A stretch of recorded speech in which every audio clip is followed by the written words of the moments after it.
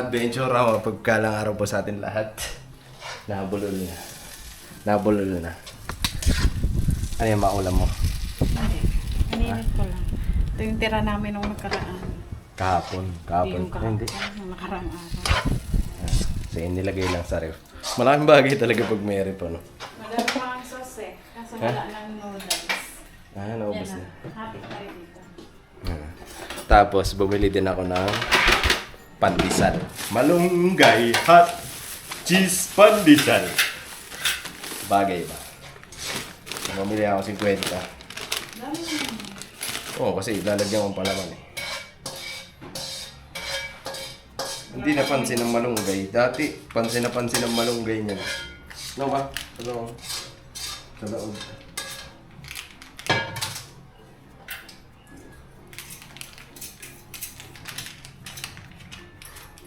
Yan ang merienda namin noong nakarang araw.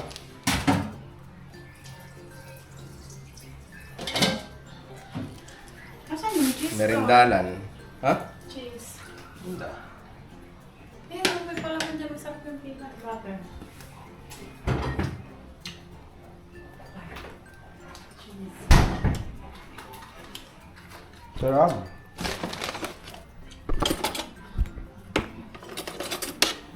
Nandito tayo sa mesa.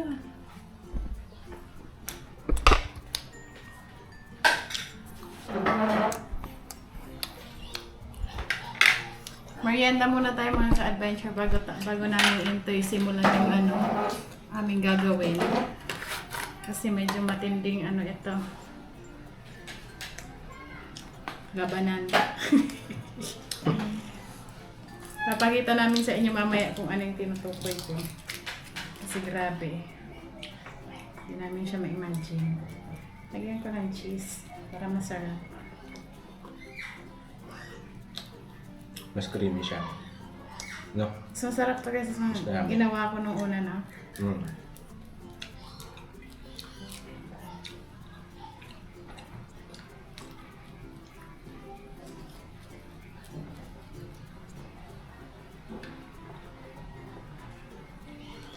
Busin ko na ba ito?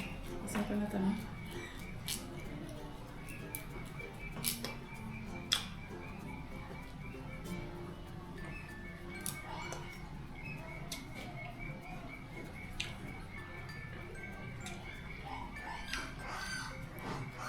Dami naman yan. Cheesy carbonara. Carbonara. Carbonara. Sarap yung tinapay. Lambot. Sarap. Wala pa kaming tanghalian. Ito pa lang yung aming So yan, nandun ka na mama.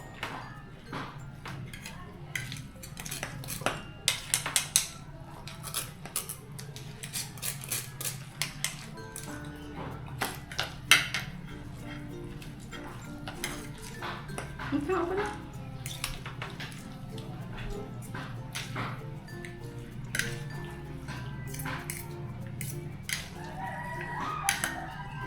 Cheesy.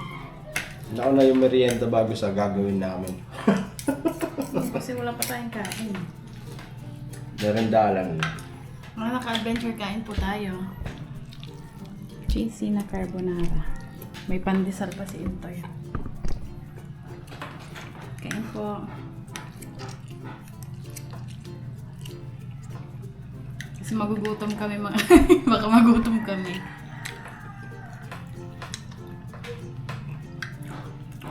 Sarap.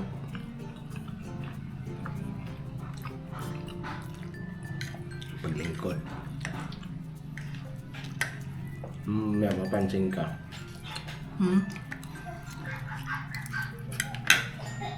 Yan tubig.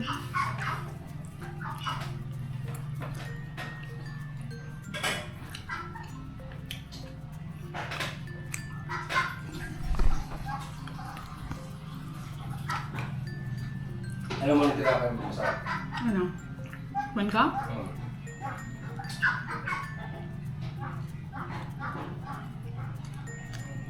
Mainit pa yung pandesal. kahit hapon, umaga-hapon ang ikot ng pandesal dito sa amin mga ka-adventure. Kaso ito ay tag 5 piso na to na. Tag 5 piso na, wala na yung tag 2 na pandesal. Ito 5 piso na yun. Pero sobrang init pa. So yan, ang lambot. Pero ayoko nito.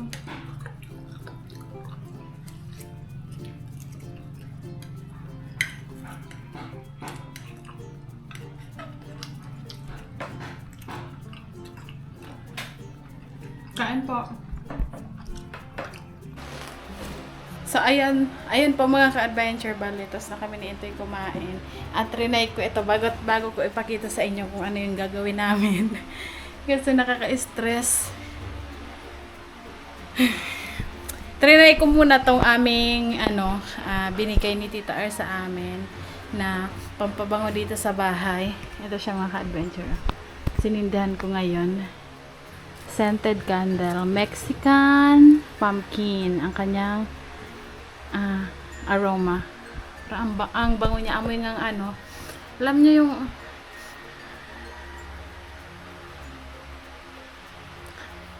para siyang matamis na kakanin yung amoy niya, ganon, na may pagka ano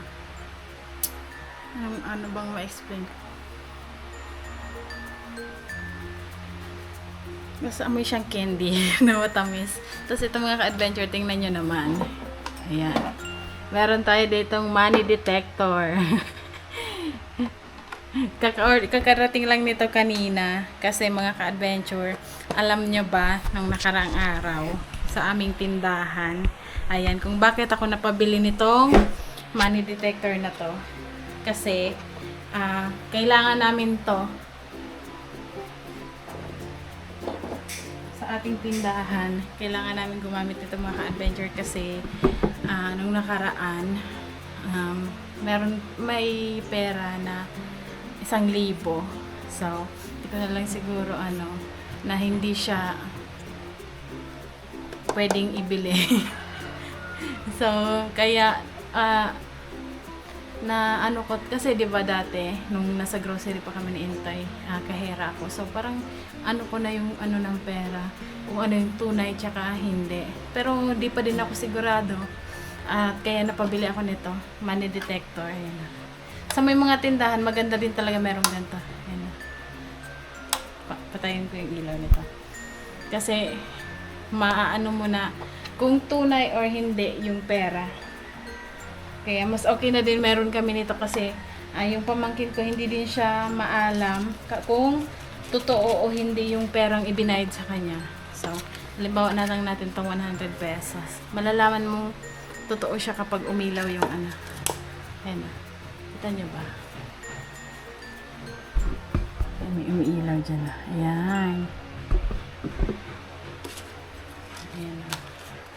So, mas okay din ito mga ka-adventure. Sa may mga tindahan dyan, bili na po kayo nito. Kakarating niya lang po kanina. Kaya, nandito po sa bahay kasi binuksan ko. So, ay mga ka-adventure, antayin ko lang si Intoy.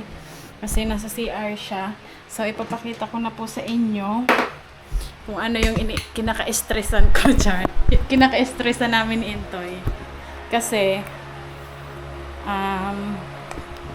tingnan niyo yung isang kwarto namin. Ito, walang natutulog dito kasi andito yung mga gamit, mga damit, at may mga din kami dito, mga gamit na inilagay na dati natutulog dito yung pamangkin ko.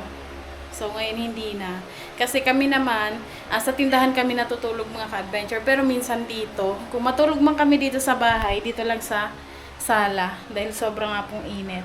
Dito naman sa isang kwarto, ayan, dito sa isang kwarto, ang natutulog naman dito mga ka-adventure yung pamangkin ko na nagbabantay dyan sa tindahan namin. Dito yung kwarto talaga namin. Kasi, sabi ko, wag ka munang matutulog dito sa kabila kasi mga ka-adventure, tingnan nyo. Ayan o. Tada! Ayan. Diba? Para kaming ninakawan dito sa bahay dahil sa gulo ng ng kwarto. para kaming nilooban. Huwag naman sana. Hindi, mga ka-adventure, joke lang yan. So, alam nyo ba, mga ka-adventure, bakit nagkaganito itong kwartong ito? Kasi ito ay maayos naman talaga. Itong mga damit namin ay nasa patong-patong yan, nasa karton. At yung ibang hindi namin ginagamit na sa pinakailalim yan. So, balak nga namin ni Intoy na pagpilian ba, kasi dati 'di ba may mga damit na hindi nakasya, yung iba nga pinadala na doon sa sa Samar, kaso nga lang 2 box lang yun. So ito talaga ay hindi naman ganto ka ganyan na, hindi naman siya ganyan talaga as in kakalat.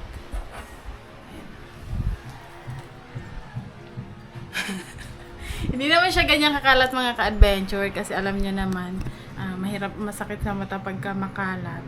So ito ay nagkaganto to dahil nung nagpadala kami ng box nung nakaraan, so may mga nakalimutan kaming ibigay, kaya hinalungkat ni Intoy itong mga ito, kaya nagkaganyan. Pati yung iba na galing din sa Maynila, mga namin na hindi na ginagamit, ay ipinadala na doon.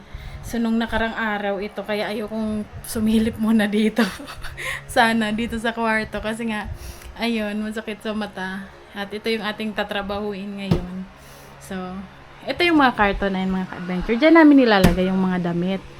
So, hindi naman talaga siya, mamaya makikita yung transformation nito.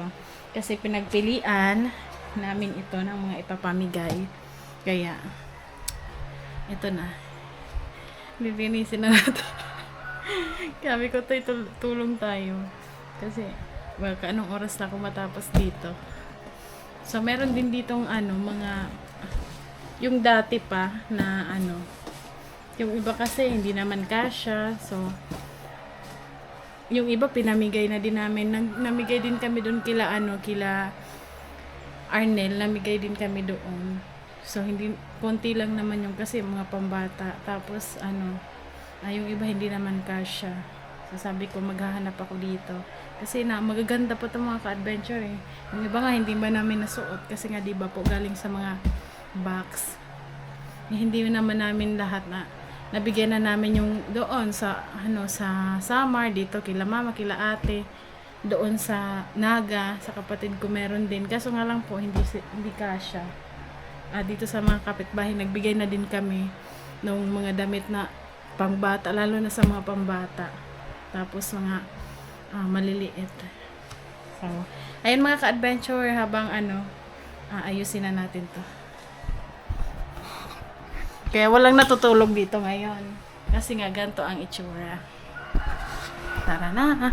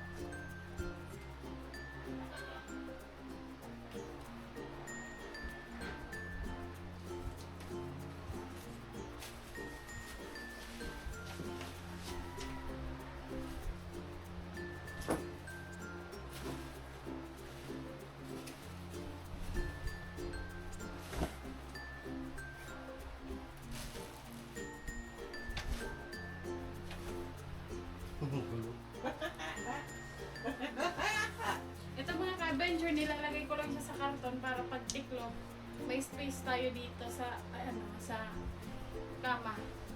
Kasi pag tiniklop mo na agad-agad, wala tayong mapaglagyan. Sige yan, so. Ay!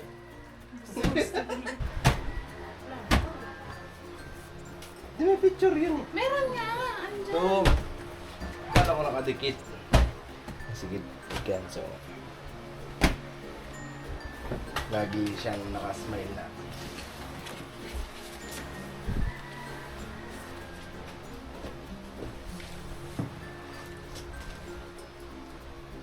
Pag malaki na siya, buti nga si Kenzo ngayon, ano na yun. Kami kasi hindi naman namin naabutan yung hindi mo kami makakag na ito. Yung mga cellphone na may picture. Yeah. Kaya wala ang picture ng mga bata pa kami. Ngayon matatanda na, mga gurang-gurang na. Mayo na. All I ever ask, you are the reasons. Okay, ano na yun? Ha? Mamaya, then ito na muna ang ano dito. Hindi, ito. Short to, short. You help me understand.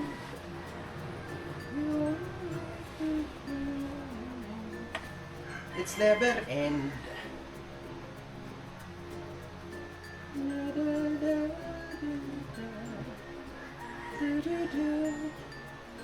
So don't believe the world. The world can give us paradise.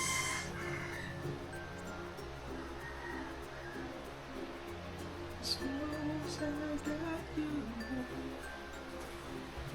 Ito, ilagay mo muna dun sa karton. Ibukod mo yung ano ma, para hindi nagkakagawa nito. Ano eh? Yan. Maghanap ka ng ano, damit mo. Nasa damitan mo. Yung mga hindi mo na isusuot na, lagay mo dyan sa, ano, para, hindi kita nagkakagulo.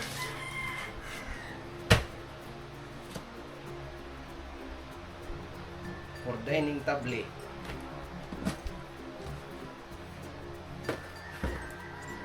So don't believe the world. Be the world can give us.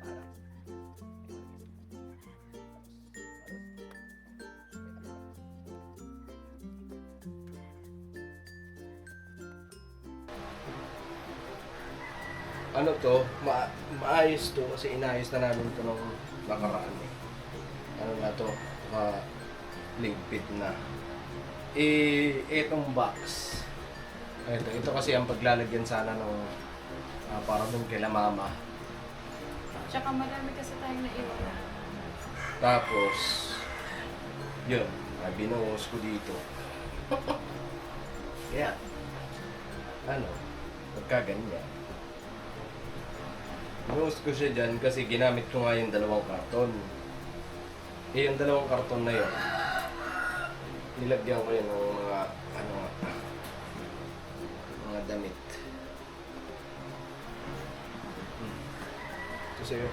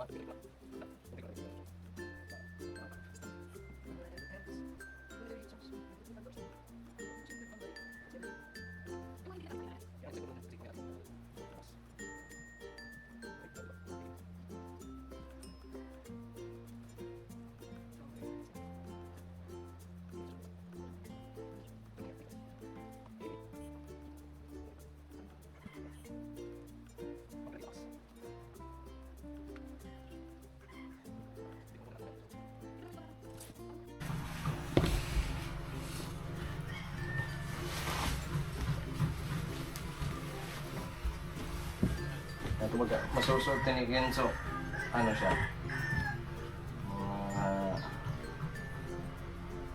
Immersion. Alin? Yung jacket. Ha? Itong jacket. Saan na yung hanger ma? May hanger dyan? Malay. Pala. Basta mga jacket mo ilagay mo rito kay hanger ko. Eh ano mo, para mailagay ko yung ano dyan sa box, para ano. Kaya May man, space tayo dito. Wala akong hanger.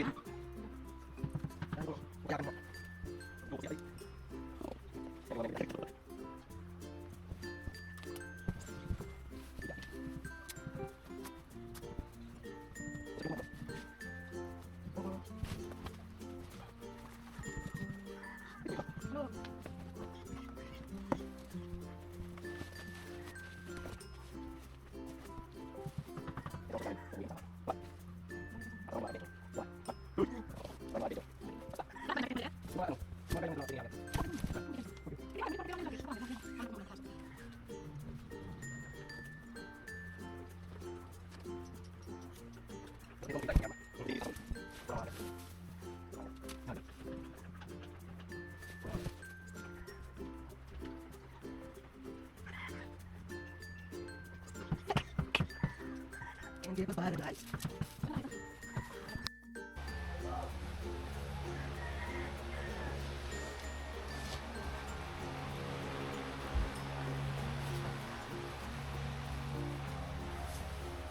Kaya ito 1,000.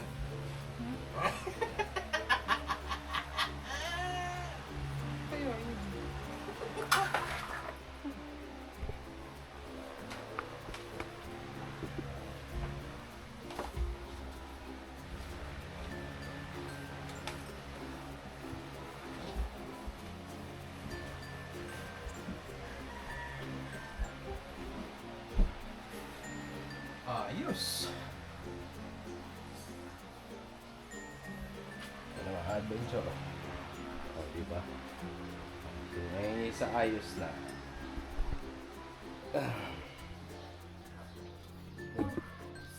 Sa wakas, grabing pawis oh. Tapos din kami ni Intoy. At ang bango na dito sa sala. Dahil dito sa ating scented candle, mga ka-adventure. Yan na siya. Scented candle. Yan. So, tapos na ang aming disaster disaster dito sa kwarto.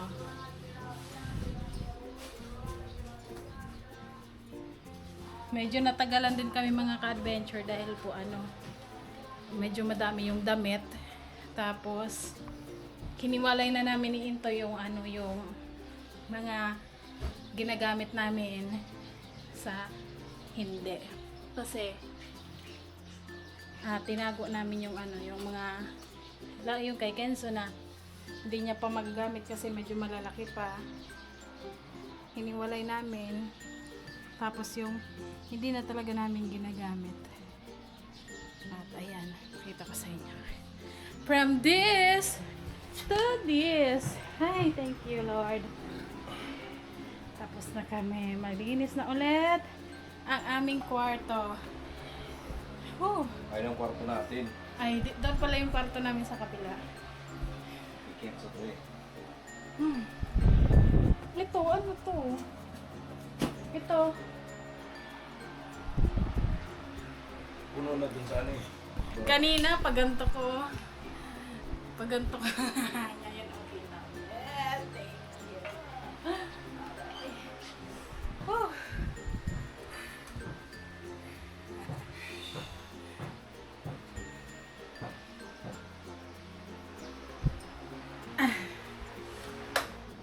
So, ayun mga ka-adventure.